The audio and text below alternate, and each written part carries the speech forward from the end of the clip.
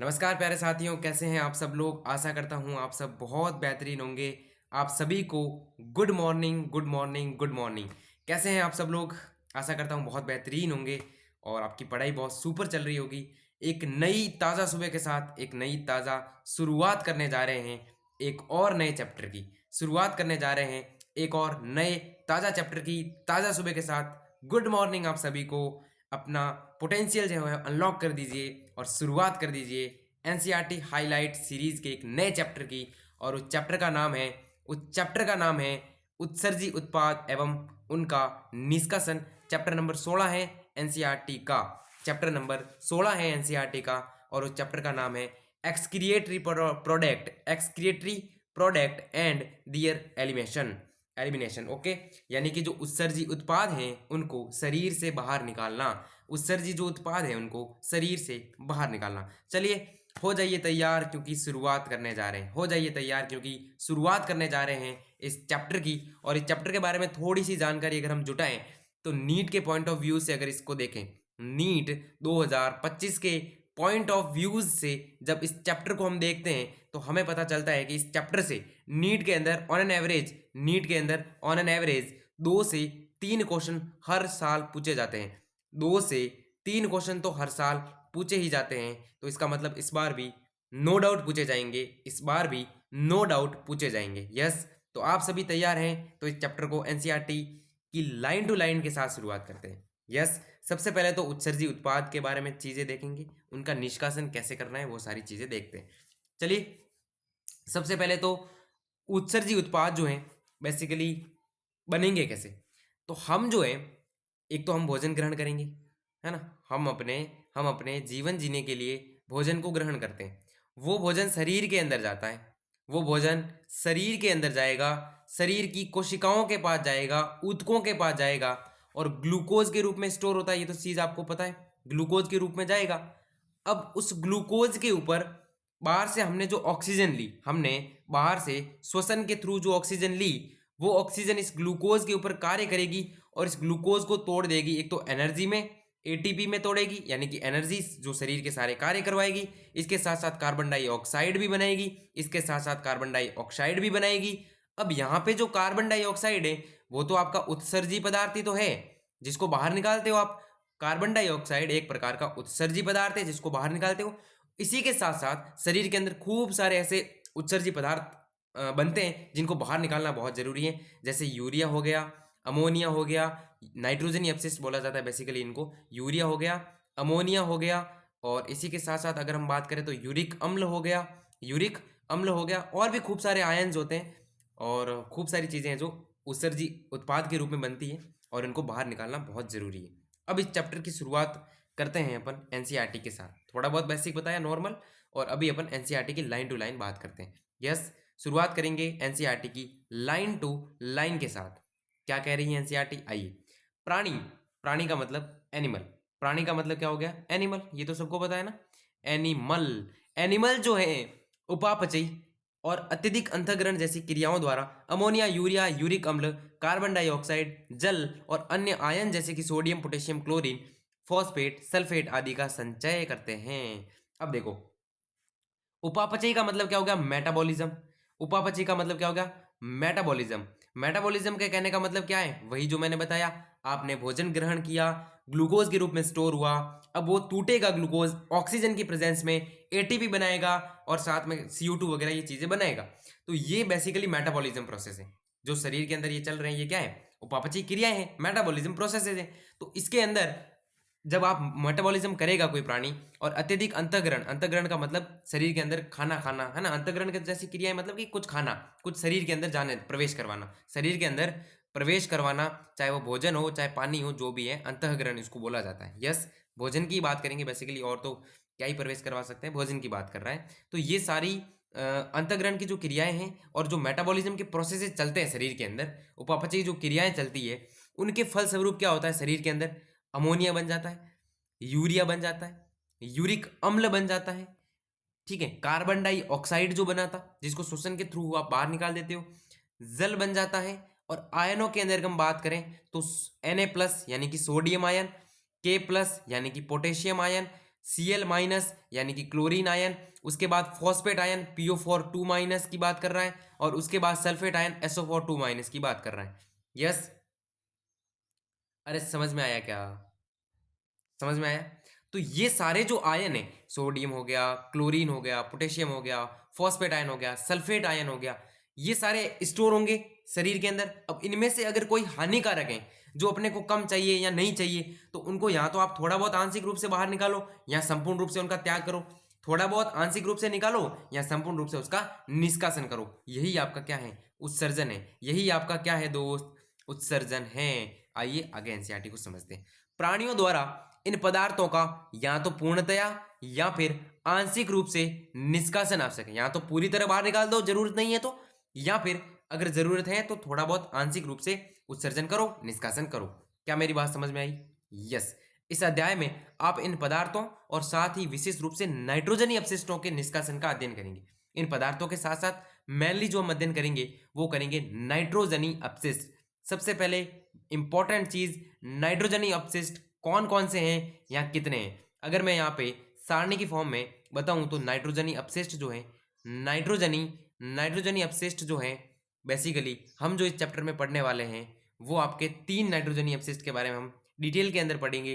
तीनों के नाम आप अगर मैं यहाँ पे लिखूं तो पहला अपना जाएगा अमोनिया, पहला जाएगा अमोनिया, दूसरा आएगा यूरिया, दूसरा आएगा यूरिया, और तीसरा आएगा यूरिक अम्ल। तीसरा जो है वो क्या है दोस्त? यूरिक अम्ल है। थोड़ी बहुत हल्की हल्की अगर मैं जानकारी जुटाऊं, थोड़ी बहुत हल्की हल्की अगर जानकारी जुटाऊं तो थोड़ा बहुत यहाँ पे बताऊंगा, फिर एनसीईआरटी पढ़ाऊंगा तो आपको बहुत आसान लगेगा। ठीक है। अमोनिया के बारे में अगर मैं बात करूं, सबसे पहले अमोनिया के बारे में बात करूं तो अमोनिया सबसे ज्यादा टॉक्सिक पदार्थ है, विषैला है, सबसे विषैला है। अब चूंकि सारे ही विषैले हैं इसलिए बाहर निकालने होते हैं, चूंकि नाइट्रोजनी अपशिष्ट सारे ही हानिकारक हैं, सारे ही विषैले हैं, इसीलिए हम इसका उत्सर्जन करते हैं, इसीलिए इस चैप्टर के अंदर इसको पढ़ते हैं। लेकिन अगर मैं बात करूं इन तीनों में से भी सबसे ज्यादा विषैला कौन है, इन तीनों में से भी सबसे ज्यादा टॉक्सिक या सबसे ज्यादा विषैला कौन है, तो सबसे ज्यादा सबसे टॉक्सिक की अगर मैं बात करूं तो वो है आपका अमोनिया। सबसे टॉक्सिक की बात करूं तो वो है आपका अमोनिया। दूसरा अगर मैं बात करूं यूरिया की, तो यूरिया जो है अमोनिया से कम टॉक्सिक, यूरिया जो है अमोनिया से तो कम टॉक्सिक है लेकिन यूरिक एसिड से ज्यादा टॉक्सिक है। अमोनिया से कम टॉक्सिक है, कम टॉक्सिक किससे है? अमोनिया से। कम टॉक्सिक किससे है? अमोनिया से। और ज्यादा टॉक्सिक किससे है? ज्यादा टॉक्सिक या ज्यादा विषाक्त या ज्यादा हानिकारक किससे है? यूरिक अम्ल से, यूरिक एसिड से, यूरिक अम्ल से, जो तीसरा नाइट्रोजनी अपशिष्ट पदार्थ है। और सबसे कम जो विषाक्त हैं, सबसे कम जो टॉक्सिक हैं, सबसे कम जो टॉक्सिक है वो है आपका यूरिक अम्ल। टॉक्सिसिटी याद हुई हो तो बोलो, विषाक्तता या टॉक्सिसिटी आपको याद हुई हो तो बोलो। सबसे ज्यादा टॉक्सिक अमोनिया है, उससे कम यूरिया है, और सबसे कम यूरिक अम्ल है। सबसे ज्यादा टॉक्सिक अमोनिया है, उससे कम यूरिया है, और उससे सबसे कम जो है यूरिक एसिड या यूरिक अम्ल है। बोलो यस और नो। टॉक्सिसिटी अगर क्लियर हुई हो तो एक और चीज बताता हूँ, टॉक्सिसिटी अगर क्लियर हुई हो तो एक और चीज बताता हूँ। आपने देखा होगा, आपने देखा होगा, मैंने तो फील किया है, मैंने तो फील किया है कि किसी व्यक्ति को अगर चींटी काटती है, चींटी जानते हो, चींटी काटती है तो वो बेसिकली एक बात कर सकते हैं अपन, फॉर्मिक अम्ल जो है वो उस व्यक्ति के शरीर के अंदर प्रवेश कर जाता है। अब है तो हानिकारक, चींटी ने काटा उस समय आपके कुछ एलर्जी के रूप में भी हो जाता है शरीर के ऊपर, लाल धब्बा हो या कुछ भी हो, तो वो फॉर्मिक एसिड जो है वो शरीर के अंदर जाता है। अगर मान लो एक साथ 15-20 चींटियां, एक साथ 15-20 चींटियां किसी व्यक्ति को काट के चली जाए तो फॉर्मिक एसिड भी जाएगा तगड़ा। उस समय उस व्यक्ति को जो है शरीर के अंदर थोड़ी सी घबराहट होगी, घबराहट होगी शरीर के अंदर, और वो ऐसा फील करेगा और पानी पिएगा, और वो वाटर ड्रिंक करेगा, पानी पिएगा। मैंने खुद ने फील करी है, आज ही फील करी है, इवन रात को फील करी है। हुआ ये था मेरे साथ, झूठ नहीं बोल रहा, सच बोल रहा हूँ मैं एकदम। मेरे पास में, मैं जहाँ सो रहा था उसके पास में कहीं मीठी चीज़ थी, आई थिंक कुछ भी मीठी चीज़ थी। अब रात को मैं सो तो गया, रात को मैं सो गया, लेकिन करीब 1-2 घंटे बाद उस मीठी चीज़ के आसपास चींटियाँ आ गई और वो चींटियाँ उस चीज़ के थ्रू मेरे पलंग पे आ गई। अब रात को 3 बजे का समय था, सच्ची घटना है ये। 3 बजे का समय था और मेरे को कम से कम 10-15 चींटियों ने काट लिया। उसके बाद मेरी नींद खुली। बेसिकली मेरी नींद खुली क्योंकि मेरे शरीर के अंदर फॉर्मिक एसिड चला गया। खूब सारा जो फॉर्मिक एसिड है वो चींटियों ने मेरे शरीर के अंदर छोड़ दिया। अब वहां पर मेरे शरीर पे खूब सारे दाग भी हो गए। अब उस समय जो मैंने फील किया वो मैं बता रहा हूँ आपको। मुझे इतना फील हो गया था कि मुझे पानी पीना है खूब सारा। मैंने 1 बोतल पानी पिया। मैंने 1 बोतल पानी पिया पूरा। तब जाके मेरी घबराहट दूर हुई, तब जाके मेरा थोड़ा टॉक्सिसिटी दूर हुई। तो वो पानी ने क्या किया, उस पानी ने किया क्या है, वो कॉन्सेप्ट है। उस पानी ने क्या किया कि फॉर्मिक एसिड आपके ब्लड के अंदर था, फॉर्मिक एसिड आपके शरीर के अंदर था। पानी ने उसकी विषाक्तता कम की। पानी ने उसकी विषाक्तता, उसका जहरीलापन, उसकी टॉक्सिसिटी को कम किया। इसका मतलब वाटर जो है वो टॉक्सिसिटी को कम करता है। वाटर जो है वो टॉक्सिसिटी को कम करता है। यस, अगर यही कॉन्सेप्ट है कि पानी आपकी टॉक्सिसिटी कम कर रहा है, तो क्या मैं ये कह सकता हूँ, क्या मैं ये कह सकता हूँ कि अमोनिया जो है, अमोनिया है वो तो सर्वाधिक विषाक्त है, सबसे ज़्यादा टॉक्सिक है। तो इसके टॉक्सिसिटी को कम करने के लिए या इसके निष्कासन के लिए ज़्यादा वाटर चाहिए। इसके निष्कासन के लिए वाटर ज़्यादा चाहिए भाई। इसके निष्कासन के लिए वाटर ज़्यादा चाहिए। यूरिया के निष्कासन के लिए थोड़ा कम वाटर चाहिए, थोड़ा कम वाटर चाहिए क्योंकि ये कम विषाक्त है। यूरिक एसिड के लिए बहुत कम वाटर चाहिए, बहुत कम वाटर चाहिए। ये चीज़ तो हो गई क्लियर। अब यहाँ पे थोड़ा हुआ अनुकूलन। यहाँ पे अनुकूलन किया प्रकृति ने। यहाँ पे अनुकूलन किया प्रकृति ने। और वो अनुकूलन क्या किया, प्रकृति ने बोला कि अमोनिया किसी जीव के अंदर मैं डालूंगा। अमोनिया किसी जीव के अंदर मैं नाइट्रोजनी अपशिष्ट के रूप में अगर अमोनिया को डालूंगा किसी भी प्राणी के अंदर, तो वो प्राणी ज़्यादा वाटर के अंदर होना चाहिए। इसका मतलब उस प्राणी को वाटर की कोई दिक्कत नहीं होनी चाहिए, वाटर खूब सारा उसको मिलना चाहिए, तभी मैं उसको अमोनिया दूंगा।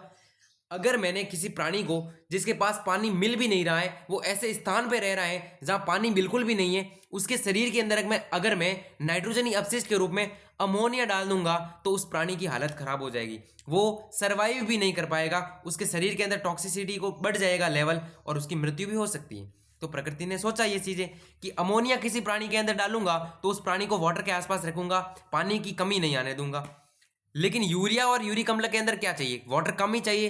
तो उसने इसको अनुकूलन क्या हुआ कि यूरिक एसिड को तो बहुत कम वाटर वाले, जिनको वाटर, ऐसे प्राणी जो ज़्यादा वाटर यूज नहीं करते, उनको यूरिक एसिड दे दिया, कम वाटर में उनका चल जाएगा। यूरिया है उनको ठीक ठाक वाटर मिलता है, यूरिया है उनको ठीक ठाक वाटर मिलता है, उनको यूरिया दे दिया। ये प्रकृति ने दिया है साहब, ये अनुकूलन है। ये क्या है, अनुकूलन है। तो ये चीज़ तो हो गई टॉक्सिसिटी की बात और साथ ही वाटर की बात। अब अगर मैं बात करूं, वापस से मैं लिखूं अमोनिया, यूरिया और यूरिक एसिड, यूरिक एसिड। अब मेरी बात ध्यान से सुनो। अगर मैंने अमोनिया को बोला कि ऐसे प्राणी होंगे जिनके पास ठीक ठाक या अच्छा खासा जल होगा, वो अमोनिया का उत्सर्जन करेंगे, वो अमोनिया का निष्कासन करेंगे, या वो अमोनिया को नाइट्रोजनी अपशिष्ट के रूप में रखेंगे। तो मैं पहली चीज तो ये बोल सकता हूं कि जो आपके जलीय कीट हैं, जलीय कीट, वो इसके अंदर डालेंगे। क्यों इसके अंदर डालेंगे, क्योंकि ऐसे कीट जो जल में रह रहे हैं उनको जलीय कीट कहेंगे। अगर वो जल में ही रह रहे हैं तो अमोनिया में क्या दिक्कत है, अगर वो जल के अंदर ही रह रहे हैं तो वो अमोनिया कर सकते हैं आराम से। क्यों, क्योंकि अमोनिया को ज़्यादा जल चाहिए और वो ज़्यादा जल तो उनको मिल रहा है, ज़्यादा जल तो इनको मिल रहा है। इसके साथ साथ ही एक मछलियाँ हैं अस्थिल मछलियाँ। कौन सी मछलियाँ, अस्थिल मछलियाँ। यहाँ पे लिखा हुआ भी होगा, मैं आपको बता देता हूँ, एनसीईआरटी की लाइनें हैं, पढ़ेंगे भी हालांकि अपन पढ़ेंगे भी, लेकिन यहाँ पे है ना, ये रहा, ये रहा, अनेक अस्थिल मछलियाँ, उभयचर और जलीय कीट। यस, अस्थिल मछलियाँ हो गया। अस्थिल मछलियों के साथ साथ कुछ उभयचर होते हैं, कुछ उभयचर भी होते हैं जो कि आपके अमोनिया का उत्सर्जन करते हैं। अब एनसीईआरटी के माध्यम से समझेंगे तो थोड़ा अच्छा रहेगा, क्योंकि सारी चीज़ें अपने मोस्ट ऑफ क्लियर कर ली। अब देखो, प्राणियों द्वारा उत्सर्जित होने वाले नाइट्रोजनी अपशिष्टों में मुख्य रूप से 3 है। कौन कौन से, अमोनिया, यूरिया और यूरिक एसिड। अमोनिया, यूरिया और यूरिक अम्ल। यस, क्या बात क्लियर है। इसमें अमोनिया सर्वाधिक टॉक्सिक है, मैंने बताया अमोनिया सर्वाधिक टॉक्सिक आविश है और इसके निष्कासन के लिए ज़्यादा जल चाहिएगा। ज़्यादा टॉक्सिक है तो ज़्यादा जल मांगेगा, ज़्यादा टॉक्सिक है तो ज़्यादा जल मांगेगा। उसके बाद यूरिक अम्ल कम आविश यानी कि सबसे कम जो है टॉक्सिक यूरिक अम्ल है, और जल की भी कम मात्रा के साथ निष्कासित किया जाएगा। वाटर भी कम चाहिए, कम टॉक्सिक है तो। क्या ये मेरी बात समझ में आई आपके? एनसीईआरटी की लाइन है जो मैंने आराम से बताई। उसके बाद थोड़ा सा अमोनिया को डिटेल में पढ़ें तो अमोनिया के उत्सर्जन की प्रक्रिया को अमोनियोत्सर्ग प्रक्रिया कहते हैं। सबसे इंपॉर्टेंट और अच्छी लाइन कि अमोनिया के उत्सर्जन के जो प्रोसेस है उसको क्या कहेंगे? अमोनियोत्सर्ग। बस इसमें तो क्या करना है, इन दोनों वर्ड को जोड़ना है। अमोनिया प्लस उत्सर्जन कैसे जोड़ेंगे? देखो संधि है यहाँ पे, अमोनिया प्लस उत्सर्जन को जब हम जोड़ेंगे तो क्या बनेगा? अमोनियोत्सर्जन या अमोनियोत्सर्ग। याद रहेगा, अमोनियोत्सर्जन या अमोनियोत्सर्ग। यस, इसमें तो कोई दिक्कत नहीं थी मेरे ख्याल से। यस, उसके बाद अगर मैं थोड़े बहुत उदाहरण की बात करूं कि अमोनिया कौन कौन स्रावित करते हैं, नीट के अंदर ये क्वेश्चन पूछे भी गए हैं, घबराने की कोई आवश्यकता नहीं है, सीधा सीधा याद रहेगा आराम से। चूंकि अमोनिया है तो ऐसे जीवों के पास होगा जिनके पास खूब सारा जल है। तो पहला आता है आपके पास अस्थिल मछलियां। अब मछलियां जो है अस्थिल, वो रहेगी तो कहाँ? वाटर में रहेगी। वाटर में रहेगी तो क्या दिक्कत है भाई? वाटर में रह रही तो अमोनिया उत्सर्जन करने में कोई दिक्कत नहीं है, पानी खूब सारा मिल रहा है, तो इसलिए ये। उभयचर ऐसे जीव होते हैं जो जल और थल दोनों पे रहते हैं। उभयचर ऐसे जीव होते हैं जो वाटर पे भी रहेंगे और जमीन पे भी रहेंगे, जल प्लस थल दोनों जगह रहेंगे, उनको उभयचर कहते हैं। अब चूंकि ये जल के अंदर रह रहे हैं तो उनको भी अमोनिया के अंदर कोई दिक्कत नहीं है। सारे सारे उभयचर भी नहीं करेंगे, सारे सारे उभयचर भी अमोनिया का नहीं करेंगे, कुछ एक उभयचर यूरिया का भी करते हैं, है ना। तो उभयचर में भी पार्टीशन है, अमोनिया का भी करेंगे और उभयचर यूरिया का भी करते हैं। तो पहला हो गया अस्थिल मछलियां, और चूंकि वो वाटर में रह रही है तो अमोनिया के अंदर कोई दिक्कत नहीं है। उभयचर भी वाटर में रहते हैं तो अमोनिया के अंदर उसको भी कोई दिक्कत नहीं है। और जलीय कीट को तो दिक्कत होनी नहीं चाहिए, क्योंकि जलीय कीट है इसका मतलब वो जल में रह रहे हैं, जलीय कीट है इसका मतलब वो जल में रह रहे हैं, और अगर वो जल में रह रहे हैं तो उनको उनको अमोनिया उत्सर्जन के अंदर डालेंगे। यस, अमोनिया सरलता से घुलनशील है। पहली चीज क्या है? अमोनिया जो है वो घुलता बहुत सरलता से, सरलता से घुलनशील है। सरलता से क्या है? घुलनशील है। तो वो आराम से जो है, वो आसानी से जो है अमोनियम आयन के रूप में, अमोनियम आयनों के रूप में शरीर की सतह से, प्राणी है तो उसकी सतह से, प्राणी है तो उसकी सतह से, उसके सरफेस से अमोनियम आयन के रूप में सरल विसरण द्वारा जाएगा, सरल विसरण द्वारा जाएगा। ये जो लाइन है ना, वो नीट की फेवरेट लाइनें बन सकती हैं। इसको थोड़ा ध्यान से देना कि अमोनिया एक तो सरलता से घुलनशील है, आसानी से अमोनियम आयन के रूप में, कौन से आयन के रूप में? अमोनियम आयन के रूप में शरीर की सतह से जाएगा, प्राणी है तो उसकी शरीर की सतह से जाएगा। मछली है अगर अगर मछली है तो उसका जो क्लोम या गिल होता है उसकी सतह से, क्लोम या गिल की सतह से, क्लोम या गिल की सतह से, जिसके द्वारा वो शोषण करते हैं क्लोम के द्वारा, है ना। तो उनकी सतह से विसरण द्वारा, सरल विसरण कह सकते हैं बेसिकली, सरल विसरण द्वारा, मतलब ना कुछ चाहिए एनर्जी वेनर्जी कुछ नहीं, सीधा सरल विसरण ट्रांसफर हो जाएगा, सीधा ट्रांसफर हो जाएगा सरल विसरण से, कोई दिक्कत नहीं। यस, तो अमोनिया सरलता से घुलनशील है और अमोनियम आयन के रूप में वो शरीर की सतह से, और अगर मछली है तो क्लोम की सतह से, मछली है तो क्लोम की सतह से, प्राणी है तो शरीर की सतह से सरल विसरण द्वारा वो उत्सर्जित किए जाएंगे, सरल विसरण द्वारा वो बाहर डाल दिए जाएंगे, बाहर डाल दिए जाएंगे और अमोनियम आयन के रूप में डाले जाएंगे, अमोनियम आयन के रूप में डाले जाएंगे। और कौन कौन से जीव में डाले जाएंगे? एक तो अस्थिल मछलियां, और दूसरा उभयचर, और तीसरा जलीय कीट। हमारी एनसीईआरटी ने 3 उदाहरण बताए और तीनों के अंदर ये प्रोसेस होगा। अमोनियम आयन के रूप में शरीर की सतह से, मछली है तो उसकी क्लोम या गिल की सतह से उत्सर्जन किया जाएगा। अब अगर शरीर की सतह से और क्लोम गिल से उत्सर्जन हो रहा है, इसका मतलब इस उत्सर्जन के अंदर वृक, वृक नाम जो आया है इसको बोला जाता है इंग्लिश के अंदर किडनी, इसका नाम इंग्लिश के अंदर क्या है? किडनी। तो किडनी की कोई अहम भूमिका नहीं होती है। नीट का फेवरेट सवाल बन सकता है, किडनी की कोई अहम भूमिका नहीं होती है किसके अंदर? किसके अंदर? किसके अंदर? अमोनियो उत्सर्जी प्रकृति के जीवों के अंदर, या अमोनियोत्सर्ग जो जीव करते हैं उसके अंदर। यस, अमोनोटेलिक एक नाम आया है, इन प्राणियों को अमोनिया उत्सर्जी या अमोनोटेलिक कहते हैं। एक पहले आया था अमोनिया उत्सर्ग, ये तो अमोनिया उत्सर्जन की प्रक्रिया थी। अब प्राणी जो अमोनिया उत्सर्जन करते हैं उनको अमोनिया उत्सर्जी, या इंग्लिश के अंदर याद रखोगे तो मेरे ख्याल से बेहतर होगा, इंग्लिश के हिंदी के अंदर कंफ्यूजन कर जाता है। अमोनोटेलिक, क्या याद रखोगे? Ammonotelic, ammonotelic. ये जो अमोनोटेलिक है, चूंकि ये अमोनियम आयन के रूप में शरीर की सतह से विसरण करेंगे, किसका? अमोनिया का, अमोनियम आयन के रूप में शरीर की सतह से। मछली है तो क्लोम या गिल से। तो यहाँ पे किडनी की कोई अहम भूमिका नहीं है, किडनी कोई रोल अदा नहीं कर रही है, इंपॉर्टेंट है। नीट का स्टेटमेंट आ सकता है कि अमोनोटेलिक जीवों के अंदर, अमोनोटेलिक प्राणियों के अंदर उत्सर्जन में किडनी की अहम भूमिका नहीं होती है। स्टेटमेंट सही है या गलत है? बिल्कुल सही है, स्टेटमेंट बिल्कुल 100% सही है। ऐसे स्टेटमेंट पूछे जाते हैं। यस, तो ये हो गया अमोनिया का कॉन्सेप्ट खत्म, अमोनिया का कॉन्सेप्ट खत्म। अब आता है यूरिया और यूरिक एसिड का कॉन्सेप्ट। अब आता है यूरिया और यूरिक एसिड का कॉन्सेप्ट, बहुत इंपॉर्टेंट है। चलिए शुरुआत करते हैं यूरिया और यूरिक एसिड की।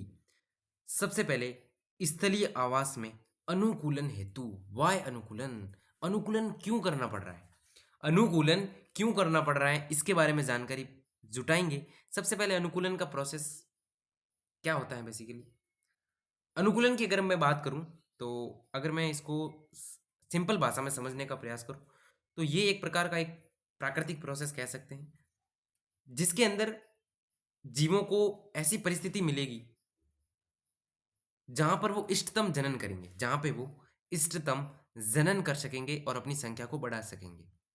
ऐसी प्रकृति या तो ऐसा एनवायरनमेंट प्रोड्यूस करेगी, या फिर अगर उसके पास ऐसा एनवायरनमेंट नहीं है तो उसकी बॉडी के अंदर, उसकी बॉडी के अंदर चाहे वो एनाटॉमिकली हो चाहे मॉर्फोलॉजिकली हो, उसके अंदर चेंजेस लाएगा।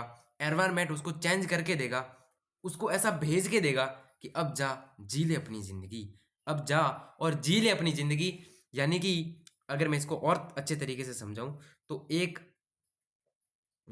चलो, हालांकि इकोलॉजी के अंदर अनुकूलन को पढ़ते भी हैं, हालांकि इकोलॉजी के अंदर अनुकूलन को पढ़ते भी हैं, लेकिन अगर मैं आपको और अच्छे तरीके से समझाने का प्रयास करूं, तो किसी जीव को, मान लो कोई जीव है, वो कहीं रह रहा है, वो जीव कहीं रह रहा है और वहाँ पे उसकी परिस्थिति वो है नहीं जहाँ पे वो अच्छे से रह सके, जहाँ पे वो अच्छे से जनन कर सके, जहाँ पे वो अपनी संख्या बढ़ा सके जीवों की, ऐसी परिस्थिति उसको मिल नहीं रही है।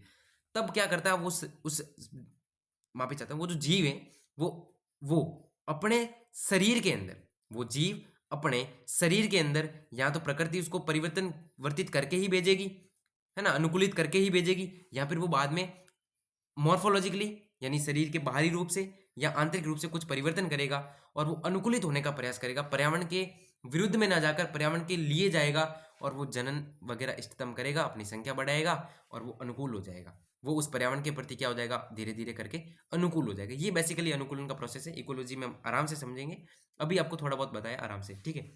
तो स्थलीय आवासों में अनुकूलन क्यों चाहिए? क्योंकि स्थलीय आवास के पास वाटर ज्यादा है नहीं, स्थलीय आवास के पास वाटर ज्यादा नहीं है, स्थलीय आवासों में वाटर ज्यादा नहीं है, इसका मतलब अमोनिया को तो स्थलीय आवास वाले नहीं कर सकते, अमोनिया का उत्सर्जन तो नहीं कर सकते और अमोनिया उनके अंदर नहीं आना चाहिए, क्योंकि अमोनिया का उत्सर्जन करवाना है तो वाटर ज्यादा चाहिए और स्थलीय आवासों के पास ज्यादा वाटर नहीं है। तो भगवान ने देखा, प्रकृति ने देखा कि स्थलीय आवासों को मैं अमोनिया देके तो नहीं भेज सकता, स्थलीय आवास वाले जीवों को मैं अमोनिया देके नहीं भेज सकता, क्योंकि वाटर ज्यादा चाहिए और स्थल पे इतना वाटर नहीं मिलेगा जितना जल के अंदर मिल जाएगा, जलीय आवासों में मिल जाएगा। तो स्थलीय आवासों में तो वाटर नहीं है, तो उसके अनुकूलन हेतु जल की हानि से बचने के लिए, अब जल की हानि बचानी पड़ेगी, वाटर नहीं है, वाटर नहीं है तो इसका मतलब ये, अब वाटर नहीं है इसका मतलब ये नहीं है कि वाटर है ही नहीं, थोड़ा बहुत वाटर तो होगा, वाटर ऐसा नहीं है कि वाटर नहीं है मतलब बिल्कुल नहीं है, वाटर है तो सही लेकिन कम है, वाटर है लेकिन कम है। अगर मैं उसी कम वाटर को अमोनिया के उत्सर्जन में हानि करता रहूं, खूब सारा उत्सर्जन में वाटर, उत्सर्जन के अंदर वाटर निकलता रहे खूब सारा, तो ऐसे तो वाटर का संरक्षण नहीं होगा। और स्थलीय आवासों में जल का संरक्षण जरूरी है, स्थलीय आवासों में वाटर का संरक्षण जरूरी है, तो जल की हानि को बचाना है उत्सर्जन में, जो उत्सर्जन के अंदर जल की हानि हो रही है उस हानि को बचाना है, जल का संरक्षण करना है। तो उसके लिए प्राणी ने क्या किया, प्राणी जो है कम आविश नाइट्रोजनी यानी कम विषाक्त या कम टॉक्सिक वाले नाइट्रोजनी अपशिष्टों को, जैसे कि आपका यूरिया हो गया और यूरिक एसिड हो गया, उसका उत्सर्जन करेंगे स्थलीय आवास वाले प्राणी। ये एक प्रकार का अनुकूलन है। क्या मेरी बात समझ में आई? अब देखो, स्तनधारी सबसे पहला आता है इसमें, स्तनधारी। स्तनधारी का मतलब समझते हो?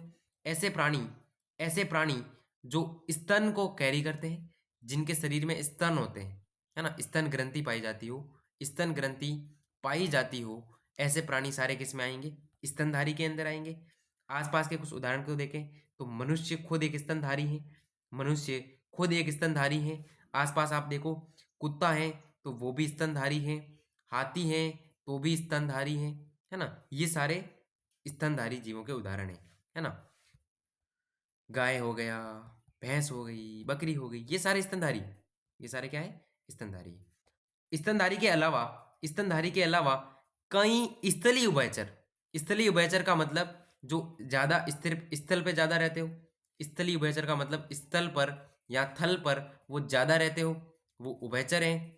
पानी में रहते हैं लेकिन स्थल के ऊपर ज्यादा रहेंगे, वो स्थलीय उभयचर कहलाएंगे।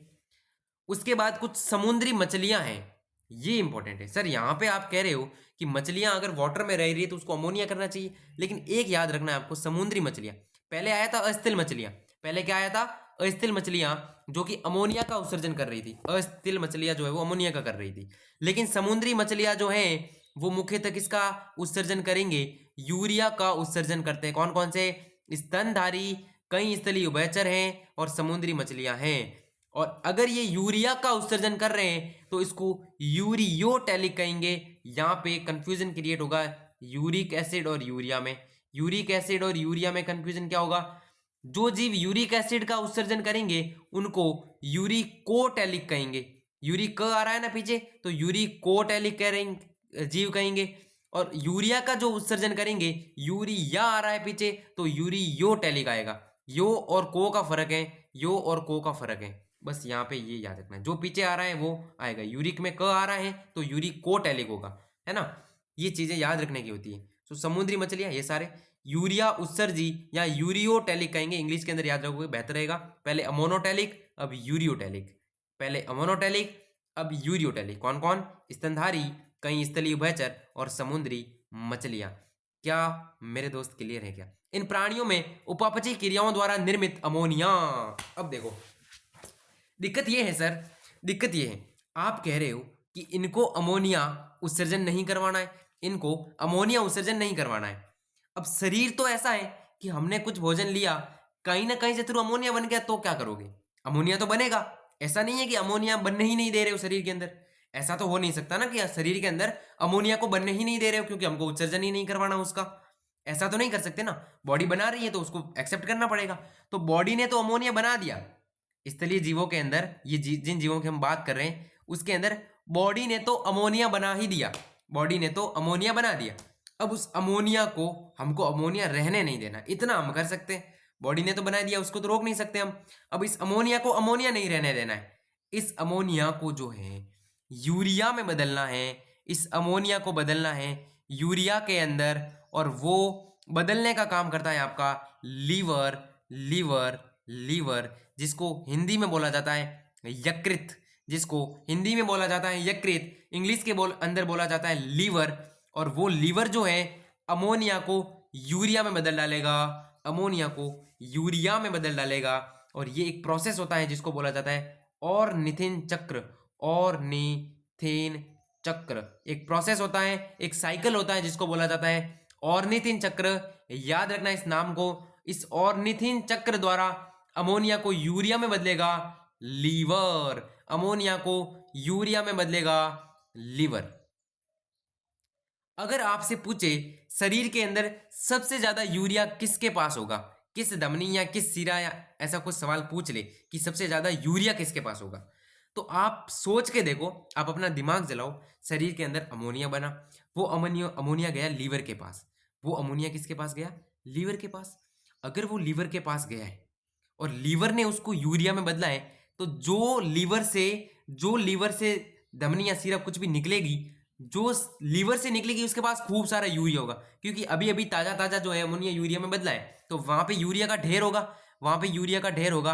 और याद रखना है यकृतीय सीरा है वो, यकृतीय सिरा के अंदर सबसे ज्यादा यूरिया देखने को मिलेगा क्योंकि ताज़ा ताज़ा अमोनिया को यूरिया के अंदर बदला गया है और उसी सीरा के अंदर डाला गया है। तो यकृतीय सीरा जो है बेसिकली वो यूरिया से भरपूर है। सवाल पूछा भी गया है और पूछा भी जा सकता है, इंपॉर्टेंट है। ये PYQ है। ये क्या है दोस्त? PYQs हैं, यानी प्रीवियस ईयर क्वेश्चन के अंदर पूछा गया है। क्या मेरी बात समझ में आई? और नितिन चक्र के द्वारा अमोनिया को यूरिया में बदलेगा लीवर। कौन बदलता है? लीवर। अब बन तो सकता है ना अमोनिया, तो बदलना पड़ेगा। इन प्राणियों में उपापचयी क्रियाएं करी, मेटाबॉलिज्म किया, तो अमोनिया बना, निर्मित अमोनिया बना। उसको लीवर या यकृत द्वारा यूरिया में परिवर्तित कर ब्लड के अंदर मुक्त कर दिया जाएगा और वो मुक्त किया जाएगा यकृतीय सीरा के अंदर। और इसीलिए यकृतीय सीरा के अंदर सबसे ज़्यादा यूरिया जो है वो देखने को मिलेगा यकृतीय सीरा के अंदर। ओके, जिसे जिसे वृक्कों द्वारा निस्यंदन के पश्चात उत्सर्जित किया जाएगा। अब जो यूरिया बना है उसको क्या करेंगे? किडनी के अंदर भेजेंगे। यकृत ने क्या किया? अमोनिया को यूरिया में बदला और उसको ब्लड के अंदर डाल दिया। अब उस ब्लड जाएगा वृक्कों के पास। वृक्क का मतलब होता है किडनी, मैंने पहले ही बताया, वृक्क का मतलब होता है किडनी। अब वो यूरिया युक्त जो रक्त है वो किडनी के पास जाएगा, फिल्टर होगा, निस्यंद होगा, खूब सारे प्रोसेसेस होंगे जो आगे पढ़ेंगे और उसके बाद जो है उसका उत्सर्जन किया जाएगा। मूत्र के रूप में उसका उत्सर्जन किया जाएगा। किसके रूप में? मूत्र के रूप में किया जाएगा। और आगे इस चीज को डिटेल के अंदर भी पढ़ने वाले हैं, कोई दिक्कत नहीं है। अब तक तो समझ में आ गया ना? कुछ प्राणी जो होते हैं उनके वृक्कों की अधात्री या मैट्रिक्स, ये किडनी होती है ये एक किडनी होती है। अब इस किडनी का ये जो पार्ट है वो क्या है? अंदर वाला पार्ट अधात्री है, मैट्रिक्स है किडनी की। तो उस मैट्रिक्स के अंदर अपेक्षित परासरणता को बनाए रखने के लिए, याद रखना है, ऑस्मोसिटी को बनाए रखने के लिए, ऑस्मो रेगुलेशन के लिए, ऑस्मोसिटी को बनाए रखने के लिए, परासरणता को बनाए रखने के लिए इस मैट्रिक्स वाले भाग में यूरिया की कुछ मात्रा रख दी जाती है। यूरिया की कुछ मात्रा या तो रह जाती है या रख दी जाती है बॉडी द्वारा। ये है आपका ऑस्मो रेगुलेशन के लिए, परासरणता को बनाए रखने के लिए आधात्री या मैट्रिक्स की। ये किडनी है तो किडनी के अंदर वाला पार्ट उसका मैट्रिक्स वाला भाग है। उस मैट्रिक्स के अंदर परासरणता को बनाए रखना है तो उसके अंदर परासरणता को बनाए रखने के लिए यूरिया की कुछ मात्रा जो है उसके अंदर शेष रह जाती है, ताकि ऑस्मोस रेगुलेशन हो जाए, परासरणता का नियमन हो जाए अच्छे से, है ना। ये चीजें आयनों का नियमन, परासरणता जिसको बोला जाता है, आयन वगैरह संतुलित रहे बॉडी के अंदर, कोई दिक्कत नहीं है। इसके लिए यूरिया को थोड़ा बहुत मैट्रिक्स के अंदर रखा जाता है। समझ आ गई क्या बात? ये इंपॉर्टेंट लाइन है, ऐसा सोच रहे हो नॉर्मल लाइन, लेकिन इंपॉर्टेंट लाइन है कि कुछ प्राणियों के अंदर किडनी की मैट्रिक्स के अंदर परासरणता को बनाए रखने के लिए यूरिया की मात्रा शेष रह जाती है। बहुत इंपॉर्टेंट लाइन है, बहुत इंपॉर्टेंट लाइन है, याद रहेगी। यूरिया क्वालिटी के साथ संपन्न, यूरिया क्वालिटी के साथ संपन्न। अब आता है आपका प्यारा यूरिक एसिड, अब आता है आपका प्यारा यूरिक एसिड। आइए चर्चा करते हैं। सरीसृपों यानी कि जो सांप है, यस, पक्षी, पक्षी यानी कि बर्ड्स, स्थलीय घोंगे, वेरी वेरी इंपॉर्टेंट। स्थलीय जो घोंगे होते हैं और जो कीट होते हैं, जलीय कीट तो अमोनिया था, लेकिन बाकी जो कीट होते हैं वो सारे नाइट्रोजनी अपशिष्ट यूरिक एसिड का उत्सर्जन करेंगे। नाइट्रोजनी अपशिष्ट यूरिक एसिड का उत्सर्जन करेंगे। क्या चीज होती है? सबसे कम जल के साथ, कम वाटर के साथ इसका उत्सर्जन होगा और सबसे कम टॉक्सिक भी है। तो आइए, सांप, पक्षी, सरीसृप पक्षी, स्थलीय घोंगे और कीटों के अंदर नाइट्रोजनी अपशिष्ट यूरिक अम्ल का उत्सर्जन होगा। जल की कम मात्रा के साथ होगा और गोलिका या पेस्ट के रूप में होगा। गोलिका के रूप में या पेस्ट के रूप में होता है। आपने देखा होगा, आप किसी पक्षियों को नोटिस करते हैं तो वहां पे देखो, पक्षी जब मल मूत्र जो भी कहो आप, मल का त्याग करते हैं तो आपने देखा नहीं होगा उसको गोलिका या पेस्ट के रूप में तो करते हैं, गोलिका या पेस्ट के रूप में करते हैं। यस, याद रहेगा क्या दोस्त? ये तो फील किया हुआ आपने, है ना, ये तो आपने देखा हुआ है। और ये कहलाएंगे यूरिकोटैलिक कहलाएंगे। क्या कहलाएंगे? यूरिकोटैलिक। पहले ही बता दिया, दूसरी बार फिर से यूरिकोटैलिक। प्राणी जगत में कई प्रकार के उत्सर्जी अंग भी पाए जाते हैं। अब उत्सर्जन का प्रोसेस है तो उत्सर्जी अंग भी तो चाहिए। अपने अंदर उत्सर्जी अंग कौन है? वो है किडनी। किडनी हमारा उत्सर्जन का प्रोसेस करवाती है। अब ऐसा तो नहीं है कि सारे जीवों के अंदर किडनी मिलेगी, ऐसा तो नहीं है कि सारे जीव किडनी को रखते होंगे। तो ये उत्सर्जी अंग है। बेसिकली ये क्या है? उत्सर्जी अंग है जो अलग अलग जीवों में अलग अलग हो सकते हैं। तो अभी हम कुछ उत्सर्जी अंगों के बारे में चर्चा करेंगे, जहां पे नीट ने भरपूर सवाल पूछे हैं। नीट ने भरपूर सवाल पूछे हैं, भरपूर सवाल पूछे हैं उन उत्सर्जी अंगों से। उन उत्सर्जी अंगों से खूब सारे सवाल पूछे गए हैं, और वो भी प्रीवियस ईयर क्वेश्चन है सारे सारे। नीट ने पूछे हैं भाई, नीट ने पूछे हैं, तो इंपॉर्टेंस तो आप समझ गए होंगे, इंपॉर्टेंस आप समझ गए होंगे। आइए इनके ऊपर भी चर्चा कर लेते हैं। अधिकांश अकशेरुकी जो हैं उनके अंदर तो सरल नलिकाकार रूप में संरचनाएं होगी। अकशेरुकी जो हैं, अधिकांश जो अकशेरुकी जीव कौन से होते हैं? जिनके पास स्पाइनल कोड नहीं मिलती। स्पाइनल कोड मतलब रीढ़ की हड्डी जो है, वो जिन जीवों के पास नहीं होती है वो अकशेरुकी जीव कहलाते हैं। सरल होते हैं, और संरचना जो होती है इनकी, संरचना जो उत्सर्जी अंग की बात कर रहा है वो एक सरल नलिकाकार रूप में होगी। सरल सी नलिकाएं होगी, ट्यूब्स वगैरह, उनके द्वारा उत्सर्जन का प्रोसेस किया जाएगा। सरल नलिकाकार किसमें है? अकशेरुकियों के अंदर, वो भी अधिकांश अकशेरुकी। जबकि कशेरुकी जो जीव है, कशेरुकी जो जीव है जिसको अपन स्पाइनल कोड जिसके अंदर पाई जाती है, रीढ़ की हड्डी जो पाई जाती है, यानी कि अपन भी तो आ रहे हैं, मनुष्य जो है वो भी कशेरुकी के अंदर ही आता है। उनके अंदर जटिल नलिकाकार, भाई अकशेरुकी के अंदर सरल नलिकाकार थे, नॉर्मल सी नलिकाएं थी, वहीं जटिल नलिकाकार अंग हो जाते हैं किसके अंदर? कशेरुकियों के अंदर। अब अगर जटिल नलिकाकार अंग हैं तो उनका एक नाम दिया गया है वृक्क या किडनी। वृक्क या किडनी पाई जाएगी कशेरुकियों के अंदर, और ये एक जटिल नलिकाकार अंग है। कैसे हैं? जटिल नलिकाकार अंग हैं। यस। अब कुछ संरचना के बारे में और नीचे दिया गया है, प्रमुख रूप दिए गए हैं। अब यहां से ये जो पैराग्राफ है ना, इतना खूब सारे पीवाईक्यूज पूछे गए। नीट 2025 का सवाल लोड हो सकता है, पॉसिबिलिटी है। अगर इस टॉपिक से हुआ तो यहाँ से लोड होगा, इस टॉपिक से हुआ तो यहाँ से लोड होगा नीट 2025 का सवाल। क्यों इंपॉर्टेंस है? क्योंकि यहाँ पे कुछ एग्जाम्पल है। क्यों इंपॉर्टेंट है? क्योंकि यहाँ पे कुछ एग्जाम्पल हैं जो आपको रटने हैं, जो आपको याद करने हैं, और नीट के फेवरेट हैं, नीट के फेवरेट हैं। आप प्रीवाइज जो पीवाईक्यूज हैं वो उठा के देख लेना। भरपूर सवाल हैं इस चैप्टर से, और भरपूर सवाल हैं इस टॉपिक से, इस अकेले टॉपिक से, या उत्सर्जी अंगों से, उत्सर्जी अंगों से। आइए वन बाय वन एक एक अंग को समझने का प्रयास करते हैं। चलिए, सबसे जो पहले आते हैं वो आते हैं दोस्त प्रोटोनेफ्रीडिया या आदिवृक्क। कौन से आते हैं? अब यहाँ पे कंफ्यूजन का कारण ये है कि दो दो तीन तीन नाम है, एक चीज के दो दो तीन तीन नाम जब होते हैं तो कंफ्यूजन हो जाता है। तो आपको याद क्या रखना है, देखो सबसे पहले आदिवृक्क, प्रोटोनेफ्रीडिया या ज्वाला कोशिकाएं, ये इतना है, ये इसका इतना है अकेले का। प्रोटोनेफ्रीडिया याद रखोगे तो और अच्छी बात है इंग्लिश के अंदर। एक आपको ज्वाला कोशिकाएं याद रखना पड़ेगा, एक आपको याद रखना पड़ेगा ज्वाला कोशिकाएं। होगी किस किस के अंदर? एक तो आपका प्लेटी हेलमिंथीज है, प्लेटी हेलिमंथीज, प्लेटी हेलमिंथीज जो है उसके अंदर, जिसको हिंदी के अंदर बोला जाता है चपटे कृमि। क्या बोला जाता है? चपटे कृमि। और उसका एक उदाहरण भी दिया गया है, प्लेन एरिया। कौन सा उदाहरण दिया गया है? Plain area. इससे बाहर जाएगा नहीं, उदाहरण भी इसी का देगा, प्लेन एरिया, इससे बाहर नहीं जाएगा अगर क्वेश्चन आया तो एक प्लेटी हेलमिंथीज है। प्लेटी हेलमिंथीज बेसिकली क्या है? संघ है। जब आप पढ़ते हो क्लासिफिकेशन, उसके अंदर पढ़ते हो, एनिमल किंगडम के अंदर पढ़ते हो, एक संघ है प्लेटी हेलमिंथीज, फाइलम है ना, फाइलम है, फाइलम है प्लेटी हेलमिंथीज।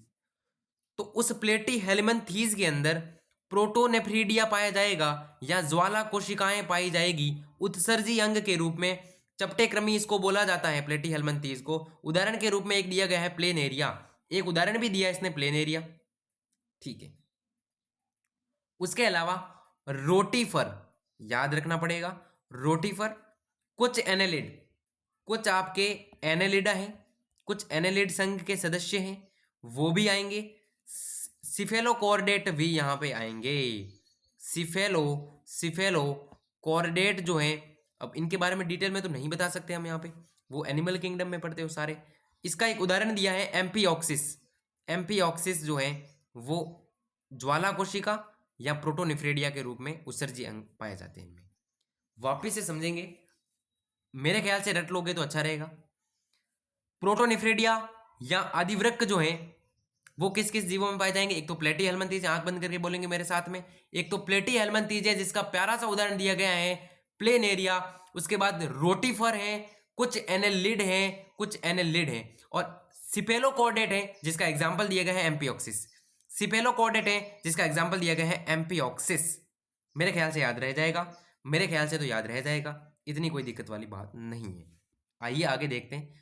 आदि में उत्सर्जी संरचना के रूप में कौन पाए जाएंगे? आदि वृक्क या प्रोटोनेफ्रेडिया। बेसिकली जो प्रोटोनेफ्रेडिया है, इंपॉर्टेंट लाइन है ये, इंपॉर्टेंट लाइन है ये, स्टार मार्क करेंगे कि जो प्रोटोनेफ्रेडिया हैं उनका प्राथमिक कार्य क्या है? उत्सर्जी अंग के रूप में पाए जा रहे हैं, ये उत्सर्जी अंग के रूप में पाए जा रहे हैं, लेकिन इनका प्राथमिक कार्य नहीं है उत्सर्जन। इनका प्राथमिक कार्य उत्सर्जन करना नहीं है, इनका प्राथमिक कार्य है, इनका प्राथमिक कार्य है आयनों एवं द्रव के आयतन का नियमन, परासरण नियमन का कार्य है। प्राथमिक कार्य इनका क्या है? परासरण नियमन करना, ओस्मो रेगुलेशन करना, ओस्मो रेगुलेशन करना, परासरणता का नियमन करना, शरीर के अंदर जो फ्लूइड है, द्रव्य है, उसके अंदर आयनों का नियमन करना, आयनों का नियमन करना, शरीर के द्रव का आयतन का नियमन करना, आयतन का नियमन करना, जिसको परासरण नियमन जो बोलते हैं उसका नियमन करना, परासरण नियमन, ओस्मो रेगुलेशन, शरीर के अंदर कितने आयन आने चाहिए, कितने बार, ये सारी चीजें। तो उत्सर्जन का प्राथमिक कार्य नहीं है इसका। बेसिकली प्रोटोनेफ्रेडिया का प्राथमिक कार्य क्या है? आयनों और द्रव का आयतन नियमन, परासरण नियमन, ये इसका प्राथमिक कार्य है। यस। अब आता है दूसरा, नेफ्रेडिया। प्रोटोनेफ्रेडिया जैसे ही खत्म हुआ, आदिवृक्क जैसे ही खत्म हुआ, उसके बाद आया वृक्कक। अब यहां पे कंफ्यूजन है, अगर आपको लिखा है वृक्क तो है वो किडनी, वृक्क है तो किडनी है, एक क एक्स्ट्रा आ गया तो वो है नेफ्रीडिया। वृक्क क है तो नेफ्रीडिया है। कैसे याद रखोगे? आदिवृक्क जब था तो आदि, आदि क्या लगाते हैं? प्रो, आदि के लिए लगाते हैं प्रो, और वृक्क का आ गया नेफ्रीडिया। आदि के लिए लगाते हैं प्रोटो, सॉरी, आदि के लिए क्या लगाते हैं? प्रोटो। आदि के लिए लगाया प्रोटो और वृक्क के लिए लगाया नेफ्रीडिया। अब यहां सिर्फ वृक्क है तो केवल क्या होगा? नेफ्रीडिया होगा। प्रोटो को हटा दिया जाएगा, केवल नेफ्रीडिया है। केवल क्या है मेरे दोस्त? नेफ्रीडिया है। अब अगर मैं बात करूं, चलिए अब बात करते हैं अपन नेफ्रीडिया के बारे में। नेफ्रीडिया के बारे में, नेफ्रीडिया जो है वो आपके एक तो कैंचुए के अंदर देखने को मिलेगा, और अन्य जो एनेलिड है, कैंचुआ एनेलिड में ही आता है। कैंचुओं के अलावा जो भी एनेलिड है जो यहाँ पे नहीं आते थे, जो यहाँ पे आते थे उसको छोड़ के, जो आपके प्रोटोनेफ्रेडिया के अंदर जो एनेलिड लिए गए थे उसको छोड़ के जो एनेलिड हैं वो नलिकाकार उत्सर्जी अंग वृक्क पाए जाते हैं। नलिकाकार होते हैं वृक्क, जिसको नेफ्रीडिया नाम दिया गया है, जिसको इंग्लिश के अंदर क्या बोला जाता है? नेफ्रीडिया बोला जाता है, न कि किडनी। किडनी के अंदर एक एक्स्ट्रा नहीं आता है, नेफ्रीडिया बोला जाता है। नेफ्रीडिया जो है वो नाइट्रोजनी अपशिष्टों का उत्सर्जन तो करेंगे, उसके साथ साथ जो है वो परासरण नियमन भी करेंगे, द्रव और आयतनों का, द्रव और आयनों का संतुलन भी बनाएंगे, नाइट्रोजनी अपशिष्टों का उत्सर्जन भी करेंगे। जबकि प्रोटोनेफ्रेडिया जो थे वो प्राथमिक रूप से क्या करते थे? परासरण नियमन से ही संबंधित थे। यस।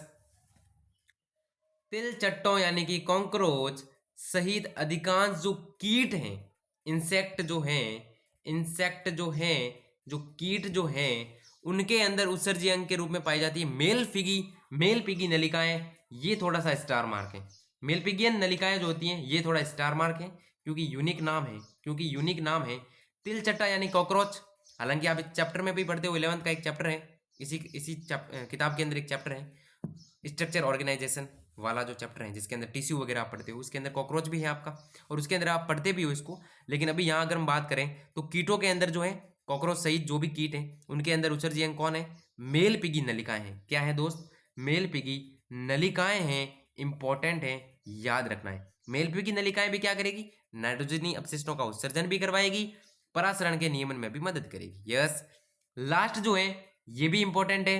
अब नीट के अंदर इसका सवाल बेसिकली पूछा कैसे जाता है, या तो वो करेगा सत्य असत्य के अंदर खेल, या फिर मोस्ट ऑफ जो करेगा वो match the column, match the column करेगा, मैच द कॉलम में खेलेगा, क्योंकि उसके अंदर सारे ही कवर हो जाएंगे, है ना।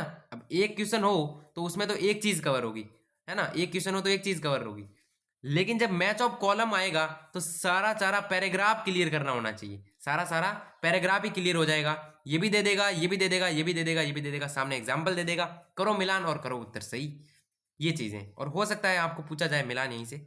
लास्ट जो है वो है झींगा या प्रॉन जैसे क्रस्टेशियाई जो प्राणी है, झींगा या प्रॉन जैसे जो क्रस्टेशियाई प्राणी है उनके अंदर होती है श्रृंगिक ग्रंथि। अब इसके तीन तीन नाम है, इसके तीन तीन नाम है।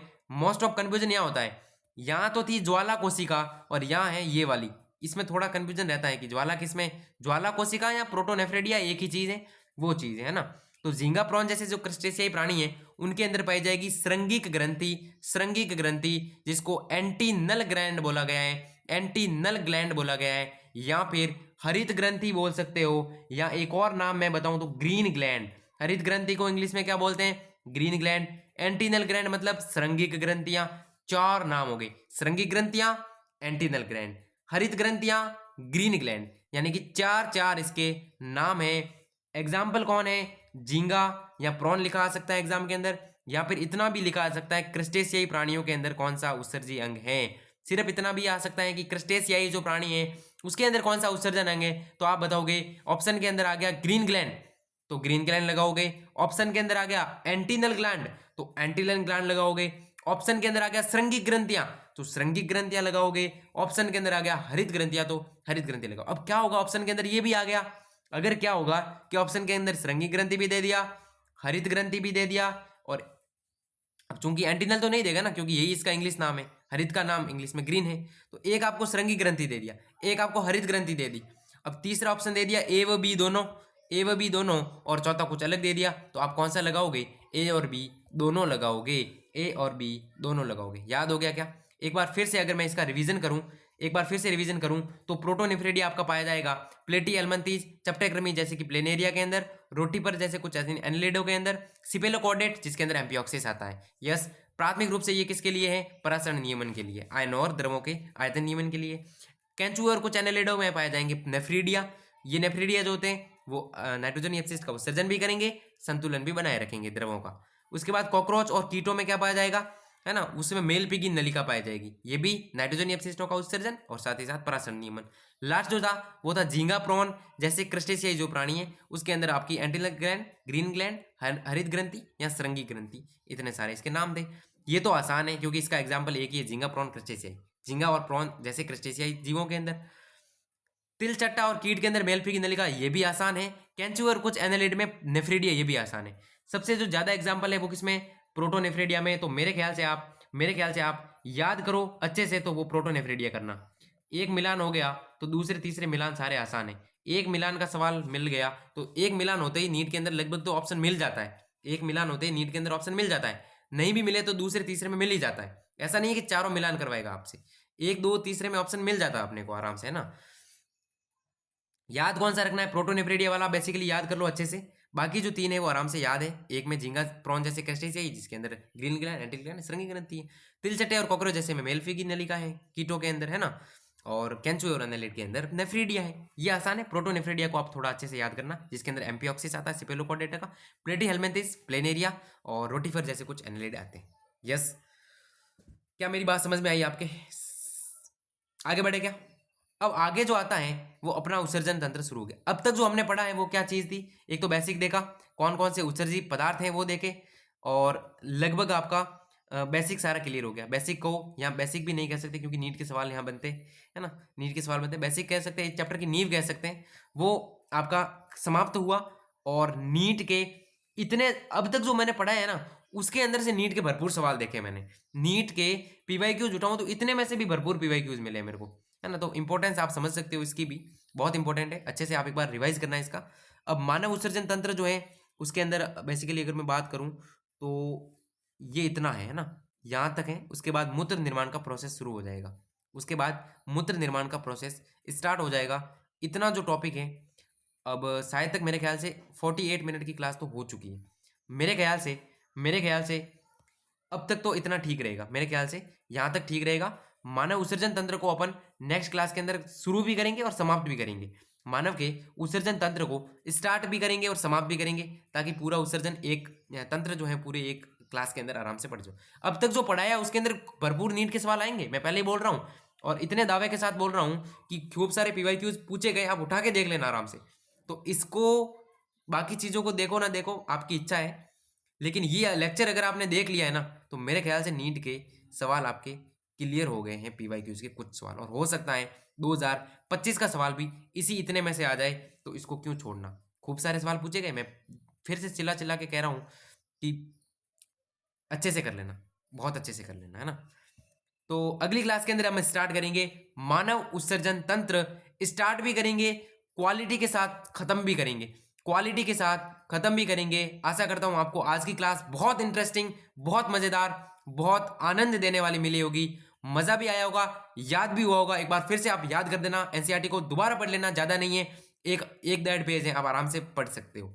उसके बाद आप पीवाईक्यूज की जहां भी आपको बुक मिले, गूगल से या कुछ भी प्लेटफॉर्म से पीवाईक्यूज उठाना, और जहां तक इसके पीवाईक्यूज हो रहे हैं आज दिन तक के जितने पढ़ाए उतने, वो पीवाईक्यूज आप अच्छे से कर लेना। उससे बाहर नीट के अंदर नहीं जाएगा मेरे भाई, नहीं जाएगा। यस, समझ में आया तो वीडियो को लाइक शेयर सब्सक्राइब कर लेना। क्वालिटी के साथ पढ़ाया, क्वालिटी के साथ समझाया, और बहुत अच्छे और बहुत बेहतरीन तरीके से। आशा करता हूँ बहुत पसंद आया होगा। अगर अच्छा लगा हो तो लाइक शेयर सब्सक्राइब कर लेना, थोड़ा सा सपोर्ट प्रेम कमेंट सेक्शन में दिखा देना। Thank you so much. मिलते हैं नेक्स्ट वीडियो के अंदर मानव उत्सर्जन तंत्र के साथ। तब तक के लिए good bye, tata, good luck.